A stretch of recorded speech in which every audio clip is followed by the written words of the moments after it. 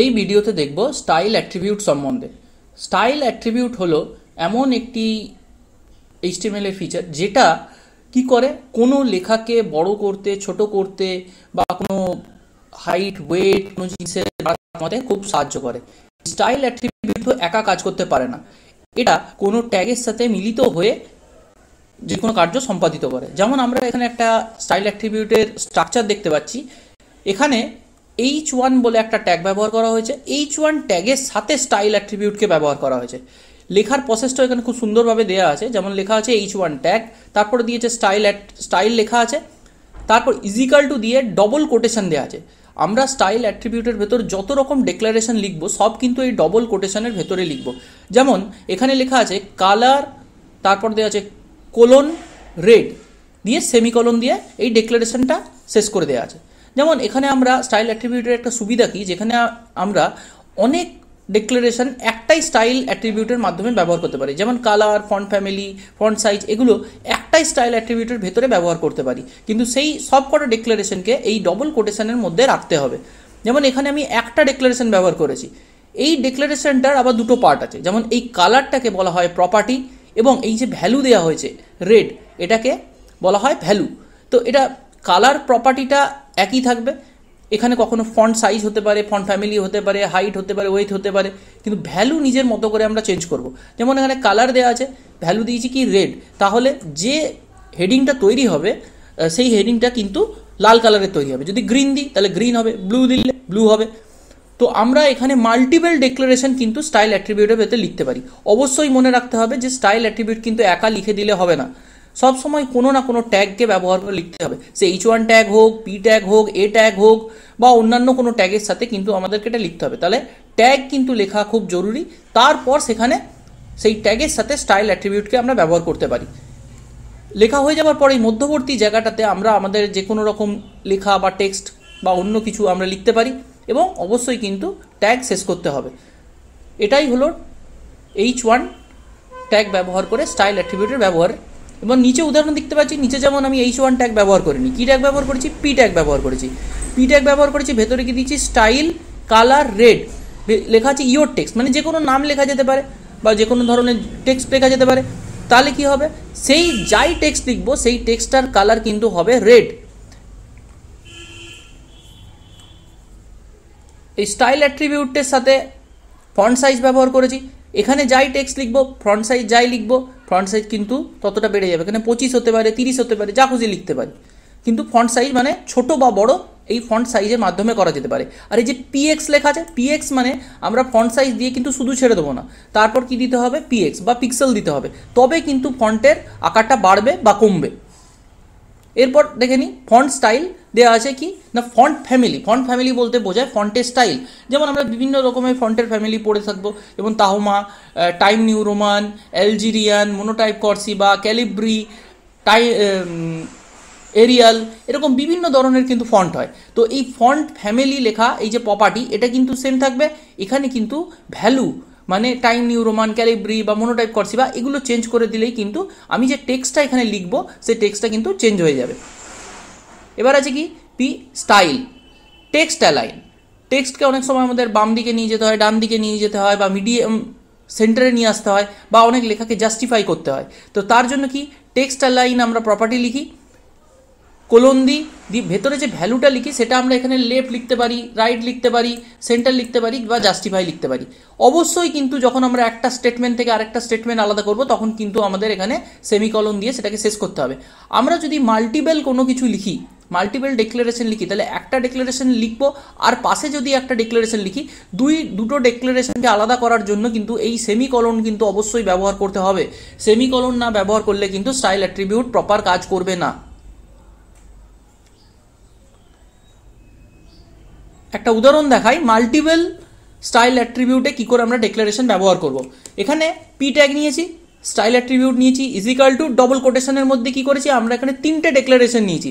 যেমন font size, value দিয়েছি কত 25 PX, আবার একটা প্রপার্টি নিয়েছি কালার, ডেক্লারেশন কি ডেক্লারেশন তৈরি করেছি, এখানে রেড প্রপার্টি দিয়েছি, রেড ভ্যালু দিয়েছি, এখানে আবার একটা প্রপার্টি দিয়েছি টেক্সট অ্যালাইন, এবং ভ্যালু কি সেন্টার দিয়েছি। মানে এই একটা স্টাইল অ্যাট্রিবিউটের মধ্যে আমরা 3টে ডেক্লারেশন ব্যবহার করেছি। তো তো এইরকম যখন মাল্টি ডেক্লারেশন আমরা ব্যবহার করব তখন অবশ্যই কিন্তু একটা ডেক্লারেশনকে অন্য একটা ডেক্লারেশনের থেকে আলাদা করার জন্য মাঝখানে কিন্তু অবশ্যই একটা এরকম সেমিকলন ব্যবহার করতে হবে। সেমিকলন যদি ব্যবহার না করি তাহলে কিন্তু এই প্রথমেরটা কাজ করবে, বাকি দুটো কিন্তু কাজ করবে না। এবং ডেক্লারেশন লেখা কমপ্লিট হয়ে গেলে যখন কোটেশনটা আমরা ক্লোজ করছি তার আগেও কিন্তু একটা আমাদেরকে সেমিকলন দিয়ে এই যে লেখাটা, এই ডেক্লারেশনটা, এটা কিন্তু আমাদের শেষ করতে হবে, না হলে কিন্তু স্টাইল অ্যাট্রিবিউট ঠিকঠাক কাজ করবে না। তাহলে এবারে আমরা উদাহরণের সাহায্যে এই জিনিসটাকে আমরা দেখে নিই। প্রথমে ভিএস কোড ওপেন করে নেব, ফাইলে যাব, নিউ ফাইল, একটা ফাইল তৈরি করে নিই, web1.html, এন্টার করব। এন্টার করলে আমি ফাইলটাকে ডেস্কটপে রাখছি, ফাইল নেম দেখতে পাচ্ছি web1.html, ক্রিয়েট ফাইল। বেসিক ট্যাগগুলো লিখে নেব,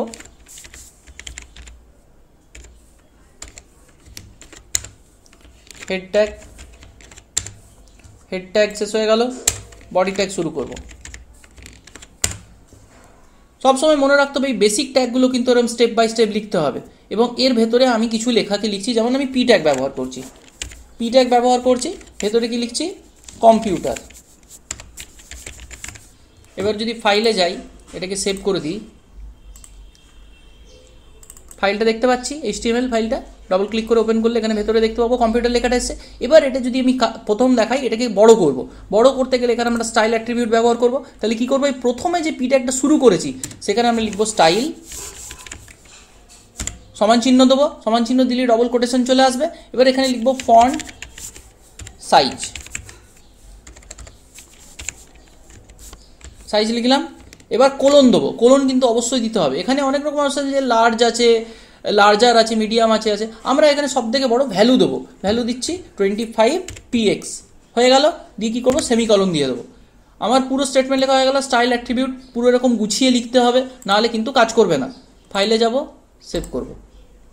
এবার এখানে কি রিফ্রেশ করছি, দেখতে পাচ্ছি এখানে বড় হয়ে গেল ফন্টের সাইজটা। তেমনি এখানে আমরা ইচ্ছা করলে এটাকে ভ্যালুটাকে চেঞ্জ করে আমরা যখন 50 করে দিই, 50 পিক্সেল, তাহলে লেখাটা আরও বড় হয়ে যাবে।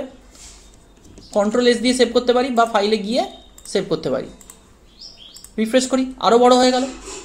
তো এইরকমভাবে কিন্তু আমরা অনেক কিছু লিখতে পারি। যেমন আমি আর একটা জায়গায় দেখি, বিআর ট্যাগ ব্যবহার করছি লাইনটাকে ব্রেক করার জন্য, পি ট্যাগ দিই, এর ভেতরেই এবার আমি স্টাইল অ্যাট্রিবিউট লিখে দিচ্ছি, STYLE style is equal to, double quotation চলে এলো।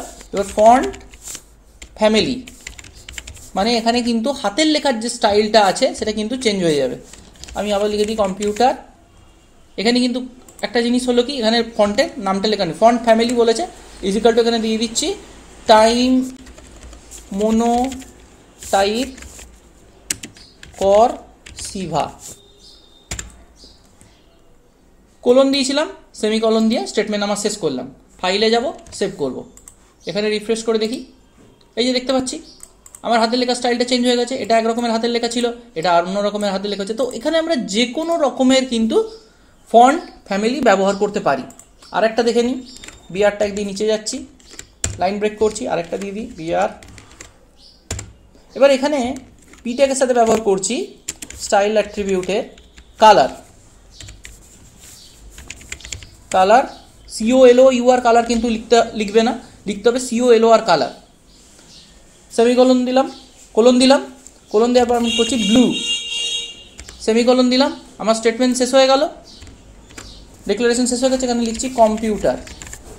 ফাইলে যাব, সেভ করব। এবার এইখানে গিয়ে যখন রিফ্রেশ করব, দেখব কি নীল কালারে চলে এসছে। তো আমরা এরকমভাবে কিন্তু স্টাইল অ্যাট্রিবিউটকে ব্যবহার করতে পারি। তো এখানে দেখা গেল তিনটের ক্ষেত্রে আমি 3 রকম প্রসেস দেখালাম। প্রথমটা দেখালাম কি, ফন্ট সাইজ কী করে বড় করতে হবে। তারপরে দেখালাম কি, ফন্ট ফ্যামিলি দিয়ে কী করে হাতের লেখা চেঞ্জ করতে হবে। থার্ড কি দেখালাম, যে কোনো লেখাকে কালার যদি চেঞ্জ করতে চাই তাহলে সেখানে কীভাবে লিখতে হবে। তিনভাবে দেখালাম। এবার আমরা দেখে নিই যে একটার ক্ষেত্রে কী করে আমরা 3টে অ্যাপ্লাই করতে পারি। যেমন ফার্স্টে আমরা পি ট্যাগ ব্যবহার করছি, এবার আমি এখানে স্টাইল অ্যাট্রিবিউট দিচ্ছি। এক্ষেত্রে ডেক্লারেশন দিকে লিখে স্টাইল অ্যাট্রিবিউটের কিন্তু স্টেটমেন্টটা অনেকটা বড় হয়ে যাবে, is equal to double quotation. এবার আমি এখানে ব্যবহার করছি ফন্ট সাইজ, দিলাম ফন্ট সাইজ দিয়ে এখানে করে দিলাম 30 পিক্সেল, মানে লেখাটা 30 পিক্সেল বড় হবে। সেমিকলন দিয়ে শেষ করে দিলাম। এবার এখানে কি করব, গ্রেটার দেন দেবো। আমার পুরো স্টাইল অ্যাট্রিবিউটের কমপ্লিটলি লেখাটা এখানে কিন্তু ক্লিয়ার হয়ে গেল। এবার আমি এখানে লিখছি, ধরো কম্পিউটার ইজ এ মেশিন লিখে দিলাম। কম্পিউটার ইজ এ মেশিন, তাহলে কি আমি জানি যে এখানে 30 পিক্সেল, মানে এটা ততটাই বড় হবে। অবশ্যই ফাইলটাকে সেভ করে নেবো, ফাইলে যাব, সেভ করব, এখানে যাব, রিফ্রেশ করব, দেখতে পাচ্ছি। এবার এখানে লিখেছি, এবার এখানে কালার সেট করছি, মানে মাল্টিপল যেহেতু ডিক্লারেশন করছি, এখানে আমরা কালার সেট করছি, কালার রেড, আবার সেমিকলন দিয়ে শেষ করলাম। দুটোকে আলাদা করার জন্য কি ব্যবহার করছি, এখানে সেমিকলন ব্যবহার করছি, এখানে একটা সেমিকলন দিলাম, এখানে একটা সেমিকলন দিলাম, দুটো হয়ে গেল। আবার এখানে একটা স্টেটমেন্ট দিচ্ছি কি, ফন্ট ফ্যামিলি কি দিয়ে দিচ্ছি, ফন্ট ফ্যামিলি দিয়ে দিলাম এখানে এরিয়াল, ফন্ট ফ্যামিলি এরিয়াল দিলাম, দিয়ে ক্লোজ করে দিলাম। তাহলে আমার কাছে 3টে ডিক্লারেশন দেখতে পাচ্ছি, একটা ডিক্লারেশন, 2 নম্বর ডিক্লারেশন আর থার্ড ডিক্লারেশন, 3টে, মানে একটা পি ট্যাগে আমি স্টাইল অ্যাট্রিবিউট ব্যবহার করে 3টে ডিক্লারেশন দিচ্ছি। এরকম আমরা মাল্টিপল যোগ করতে পারি আমাদের প্রয়োজন অনুসারে। সেভ করে নিলাম, দেখতে পাচ্ছি ফন্টের স্টাইল চেঞ্জ হয়ে গেল, কালার চেঞ্জ হয়ে গেল। আবার দেখে দিচ্ছি কালারটা চেঞ্জ করে একটা অন্য কালার দিই, গ্রিন দিলাম, সেভ করলাম, কন্ট্রোল এস দিয়ে গ্রিন হয়ে গেল। তাহলে আমরা স্টাইল অ্যাট্রিবিউট ব্যবহার করে আমরা কিন্তু এখানে চেঞ্জেস করতে পারি। এখানে আমরা দেখে নিই আরেকটা জিনিস করি, টেক্সট অ্যালাইন আমরা ইউজ করছি। এখানে প্রপার্টি কোলন দিলাম, এখানে করে দিচ্ছি সেন্টার, মানে যাতে লেখাটা মাঝখানে চলে আসে, সেমিকোলন দিয়ে শেষ করে নিলাম, মাঝখানে চলে এলো। যদি এটাকে আমি রাইট করে দিই, সেভ করলাম, রাইটে হয়ে গেল। তাহলে রাইট লেফট সব কিছু এখানে করা যাবে, লেফট করে দিলে লেফটে চলে আসবে। তো এই রকমভাবে আমরা একটা স্টাইল অ্যাট্রিবিউট ব্যবহার করে মাল্টিপল ডিক্লারেশন লিখে আমরা আমাদের লেখাকে সাজাতে পারি। এবার জাস্টিফাইটা দেখে নিই, একটু ব্রেক ট্যাগ করে নিচে আসি। এখানে অনেক লেখা আনার জন্য আমি গুগল থেকে একটু লেখা নিয়ে নিচ্ছি।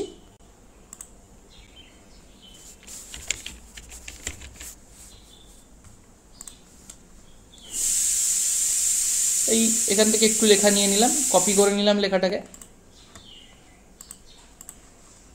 এবার আমি এখানে পি ট্যাগ ব্যবহার করছি, P style is equal to, এখানে করে দিচ্ছি টেক্সট অ্যালাইন কোলন, আমি করে দিলাম লেফট। এখন লেফট করছি, পরে এটা জাস্টিফাই করে আমি দেখাবো, গ্রেটার দেন। এবার এখানে যে লিখেছি পেস্ট করে দিলাম, ফাইলে গেলাম, সেভ করলাম। এখানে গিয়ে যদি আমি এটাকে রিফ্রেশ করি, দেখতে পাবো যে এখানে লেখার লাইনগুলো ঠিক নেই, এটা একটু বেশি আছে, এটা একটু কম আছে, এখানে কম তো আছেই, কারণ এটা একটু যেহেতু লেখাটাই কম আছে। তো যাই হোক, এই লাইন আপটাতে স্ট্রেট নেই। এটাকে যদি স্ট্রেট করতে চাই তাহলে আমাকে এখানে কি ব্যবহার করতে হবে, অ্যালাইন না জাস্টিফাই। আমি লেফটের বদলে এখানে করে দিলাম জাস্টিফাই, সেভ করব কন্ট্রোল এস দিয়ে। এবার যখনই আমি করবো, এখানে দেখতে পাচ্ছি কি একটা সুন্দর কিন্তু লাইন আপে চলে এলো, এখানটাও যা এখানটাও তাই। তাহলে জাস্টিফাই হচ্ছে টেক্সট অ্যালাইনমেন্টের এমন একটা জিনিস, লেখাগুলোকে একই মেজারমেন্টের সাহায্যে নিয়ে আসে।